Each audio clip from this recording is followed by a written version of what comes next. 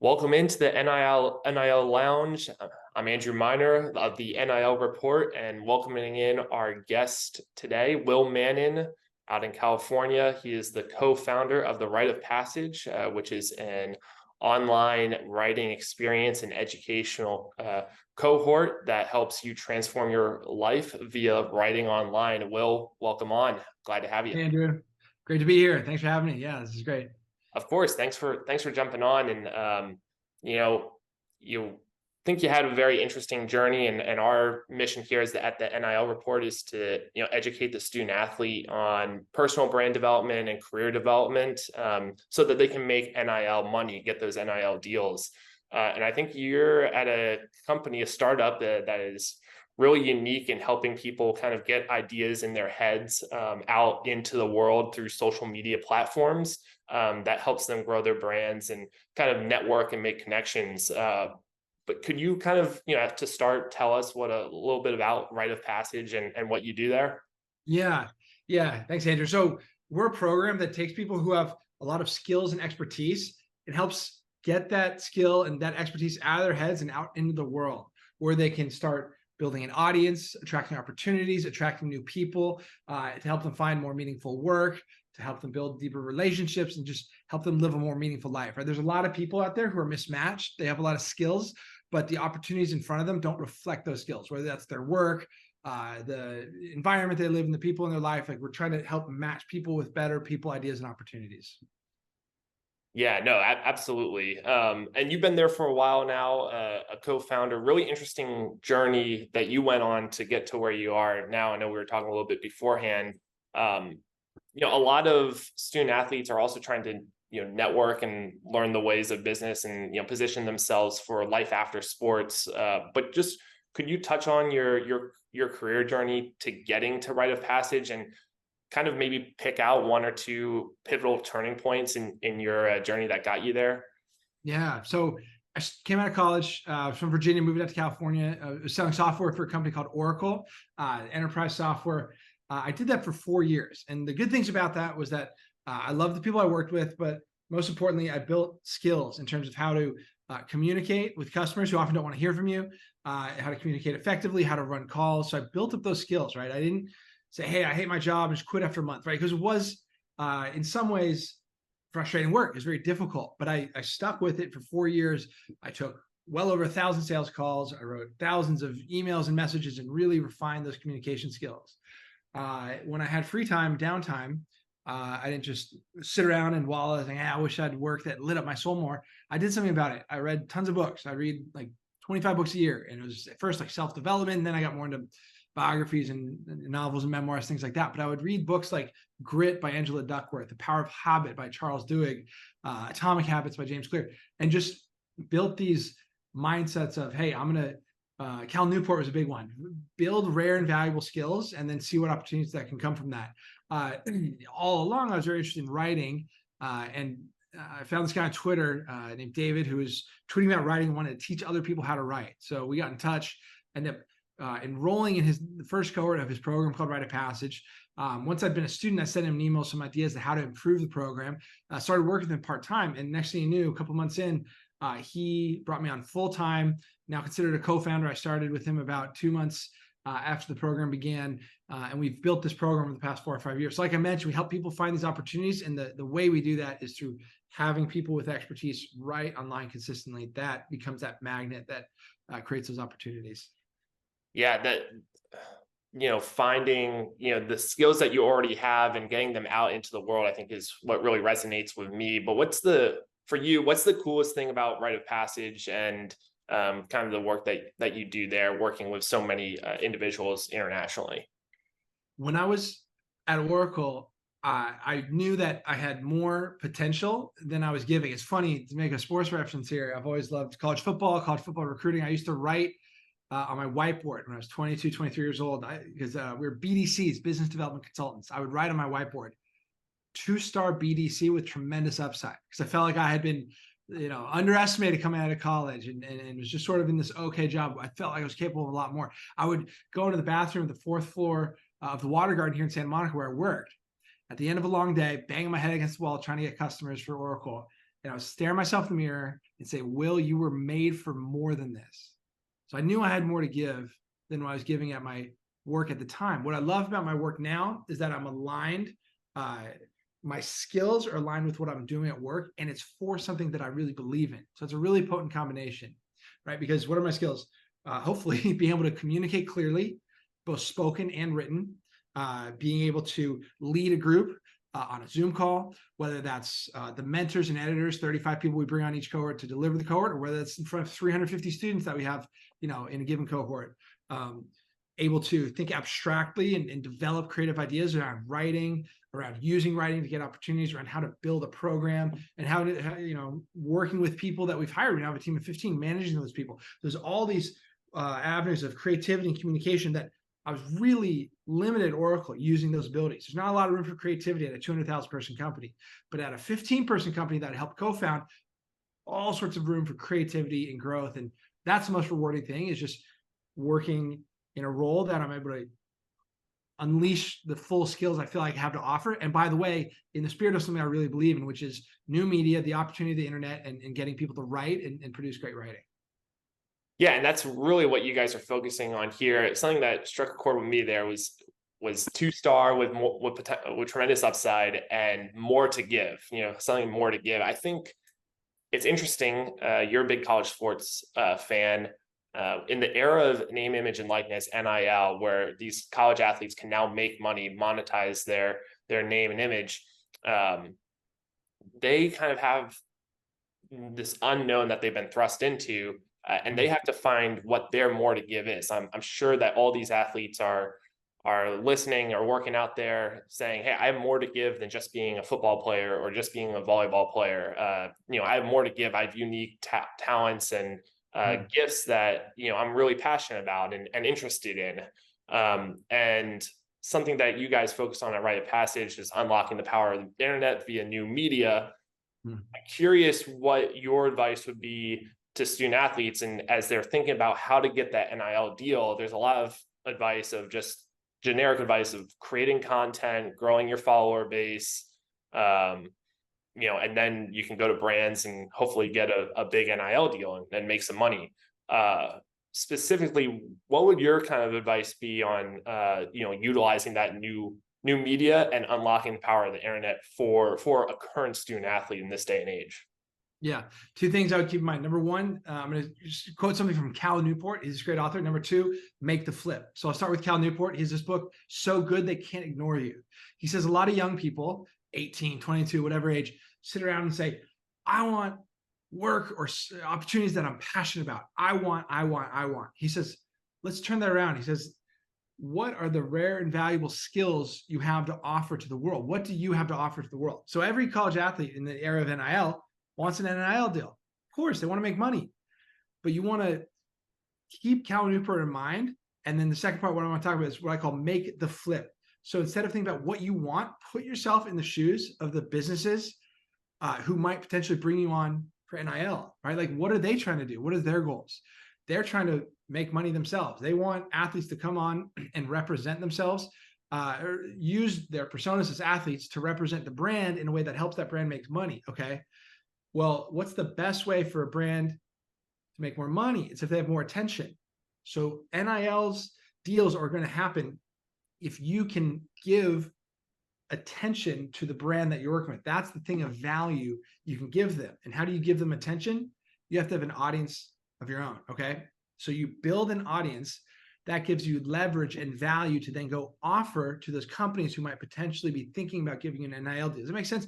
That you might be an athlete, whatever sport, but if you have no audience and you're not, Caleb Williams at USC, right, or take your pick, some just big shot athlete in one of the major sports, you don't naturally just give attention to those brands that be working with you, right? But if you can create content on the internet, which by the way is free, it's permissionless leverage. Nobody gives you permission to create content. You just go do it yourself. And if you can do that consistently in a way, you're able to build an audience, regardless of the platform. You then have leverage to bring to the business that might potentially think about giving an NIL deal. And then you're bringing value to them. So that's what you should think about. Don't think about what I want and I want this and this and that. Who cares? What matters in the free market is what you can bring of value to these brands. So make the flip around to their perspective. They're looking at athletes who can represent them well and most potentially can bring attention, most importantly, can bring attention to their business. How do you bring attention to a business? You build an audience of your own, and then you offer that when you bring yourself as an NIL opportunity to these businesses. Yeah, and it's so just well said of making this flip and making the switch and determining how can I deliver value to the brands, and deliver value to the person that I want to pay me money. Is a really good way to think about it. And so how you deliver value, you work backwards, right? I need to deliver value. How do I do that? Get them eyeballs. How do I get eyeballs, get an audience? How do I get an audience? I think it's something that you guys talk about at Rite of Passage a lot, is kind of figure out what your personal monopoly is. I'll let you break that down in a second, but a lot of that is, what do I do well? What am I passionate in that is just outside of football or whatever my sport is as well? Because if I'm just a student athlete, or I'm just a football player, or just a volleyball player, there are hundreds more like me.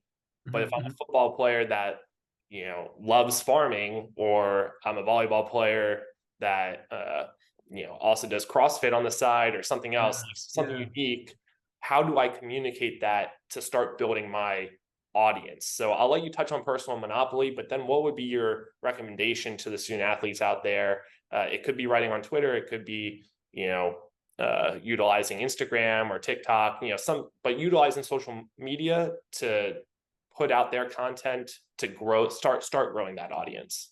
Totally.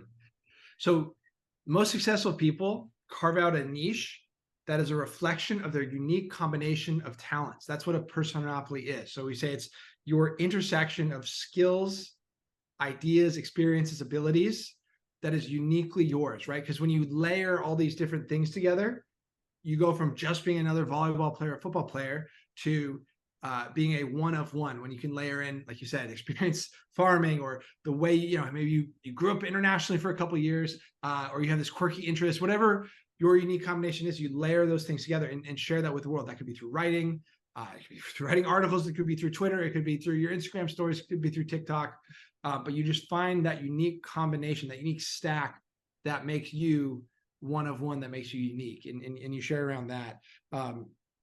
So there's different ways to go about finding that, doing that. It's thinking about just what you've done. Say you're 18, 19 years old. What have you done up till now? Again, what are those unique experiences you've had, unique ideas, unique interests? Another point about the personal monopoly, though, it doesn't just have to be substance related. It can also be in terms of format. Okay, so maybe you are a football player, and you had a really great junior season, but maybe throughout that whole season you were filming little short snippets, 5 seconds, 10 seconds, the locker room before the game. I don't know, don't distract your teammates too much, but right, or maybe after practice, getting reactions from people. And over the entire season, you build up this library of hundreds, thousands of clips of what was happening, sort of the inside look at your team. And then you stitch that all together in a really killer video, that type of thing. That's a way you can distinguish yourself, not just through the substance of who you are and what your experiences are, but also through format. So it's another dimension to think about your personal monopoly. But regardless, you blend this unique bowl of you, and then you share that with the world, again through Twitter is a great place where you can write threads, and really algorithm can kick in, and you can gain a lot of following there. But again, the video platforms too, short form videos big right now, YouTube Shorts, TikTok, Instagram, just sharing your unique vantage point. That's a reflection of your unique combination. Will get people interested, and will get more people following you, get you more attention, eventually get you that leverage that we've been talking about. Get that deal. The presentation is really, really interesting as well. If you have a specific presentation that, all of a sudden it's yours. Everybody knows that as the Will Mannon presentation of things. Like if you see it from someone else, like, oh yeah, he started that. Deal. There's a couple of examples that come to mind, like this guy, Isaac Punts. I don't know if you know this guy. He's on YouTube, but he's hilarious. He just basically will break down punting, like in the NFL and college, and funny moments in punting. Now, what's so great about this is that that's a great lane for personal monopoly. He's very funny. He's also a punter, so he knows about punting. And who's talking about punting? All the videos on YouTube are talking about quarterback, or maybe you get into the defense and the blitz packages, but it's so unique, it's so distinct. And he actually has hundreds of thousands of followers because he's talking about an obscure topic and breaking it down, and he has experience in that topic. And his format is that he's really funny and has these little side comments. I think he's partnered with a guy at the University of Oklahoma who also might be a punter. I forget his name, but there's a YouTuber at the University of Oklahoma, been on the football team for a few years, has hundreds of thousands of views and subscribers, and kind of does a similar thing. He'll do more like the day in the life as a Big 12 football player, Big 12 for now, and just kind of breaking that down, and a lot of views for him as well. So kind of a couple different examples of people using their unique vantage point to build an audience. Yeah, to build on that, Pat McAfee, right, and made a name for himself as, dissecting kicks and for the brand type thing, and always talking about the kickers. And now he has a huge contract with ESPN. Deal. Yeah. So, no, he's the ultimate example. That's what you do if you hone your personal monopoly for a decade. You end up like Pat McAfee. Yeah. Right. Of course. Yeah. So that's really, really interesting, and great tidbits of information. How, with writing specifically, obviously the short-term video, which you mentioned, writing is really what you guys hone in on and have lots of great examples, like Packy McCormick just took your course, and many others, blanking on some of the names, but how do you see as writing when people really go in and kind of go in the lab and write consistently over a period of time, whether that be weeks, months, years? What do you see that does for their, not only their audience, but their personal brand development and their career development and trajectory? Yeah. What's great about writing is, number one, you get to share a lot of depth. You can really unpack something in a nuanced and thorough way. And then number two, smart people read. Okay. So everybody's like, oh, everybody's watching video.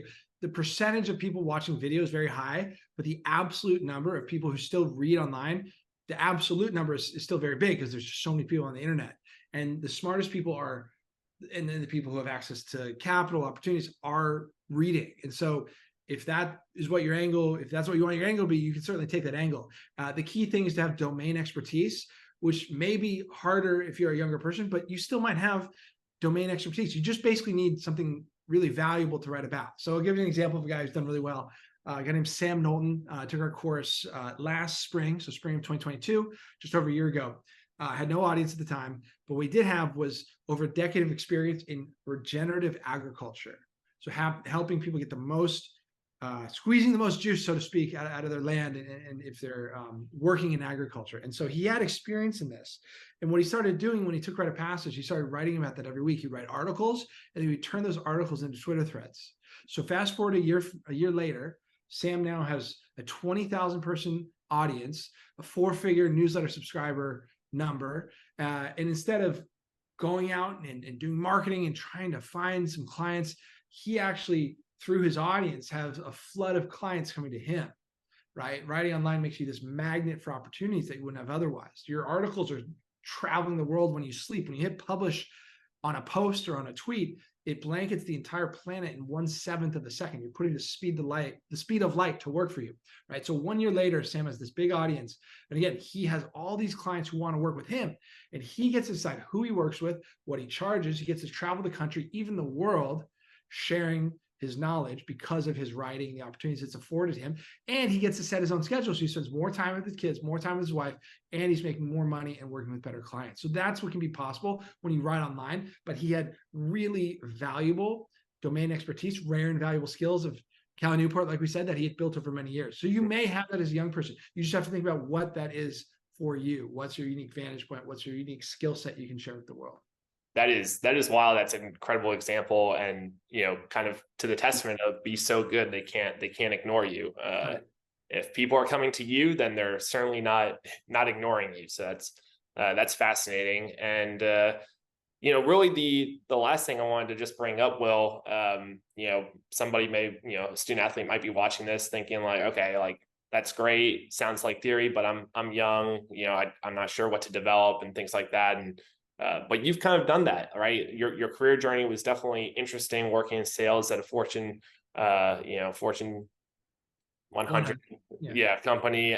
Thank you. And then going to basically a 15-person company, a startup, being employee number one and now co-founder. But you have developed some interesting skills on the side and have deployed this technique of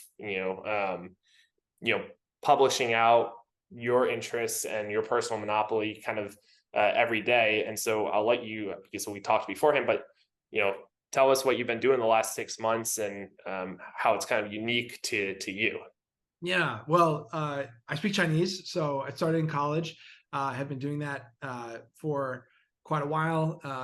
It kind of went off and on for a while, but the last couple of years I've been really dedicated to speaking Chinese. And a while ago, what I started doing was, as I was practicing Chinese, I started filming myself. I started filming myself every day. At first, I just do a short 2-3 minute video. But since actually almost 8 months ago now, I began doing a minimum 20-minute video per day where I just practice my vocab and what I'm working on for that day. So I've done, I'm going to hit 250 days next week. So straight days of doing at least a 20-minute video, sharing. Amazing. I learned my vocab in Chinese. On top of that, I run two things. One, I run a podcast. So I've done 84 podcast interviews, interviewing people in Chinese. And then on top of that, I also have a Chinese YouTube channel. So in China, their version of YouTube is called Bijan. And I have a channel there, go around LA filming different things that I was doing, seeing in Los Angeles. Even when I traveled across the country, I would film videos. I had one video about SpaceX that got about 12,000 views. So that was a big moment for me. I've got about 350 followers there. So that is just in the early innings. I'm mostly using my Chinese as my content sharing as a language learning mechanism. But as I continue, I do plan to build an audience on that front and build that leverage, what I hope is a rare and valuable skill that I can offer. You might say, why do you like Chinese? I like speaking Chinese. It's super simple. Djokovic once said about tennis, he said, I just like hitting the ball. I just like speaking Chinese. It's that simple. So my primary motivation is internal. I just love it. On top of that, I think there's opportunity that could come from it. I really like meeting people I speak to in Chinese. I just enjoy the grind of trying to be, I tweeted the other day, the relentless pursuit of excellence is good for the soul. And I really believe that. And every day I wake up and spend 2 to 3 hours a day, at least, studying Chinese and relentlessly pursuing excellence. So that's why, but yeah. Yeah, definitely. So, anybody watching that, like, well, yeah, anybody can write, a lot of people write on the internet. Like that's no different. Well, first, number one, you can forge your own path. You can find a network and create your own opportunities there, like Will did. And then number two, yes, a lot of people write online. What's that key differentiator? A second one that can really put you, over the top and stand out to somebody else. Well, Will is the writing guy who also speaks Chinese really well. So very, very interesting. Will, thank you so much for joining us. Can you say in Chinese, good luck in getting NIL deals to all the student athletes out there? Yeah. 好，加油！我真的希望你们的运动员能发现，你可以吸引很多很多的运动员的这样的关于钱的机会，所以加油！ Wow, that's excellent. Thank you so much, Will. Rite of Passage. Definitely check out their website and their work, and they do excellent things. So, Will, thank you so much for coming on and providing some advice and some insight to how writing can help with their student athletes' personal brand development, career development, and growing an audience specifically to help get those NIL deals. So, yeah, happy to do it. Thanks for having me, Andrew. It's great. Of course.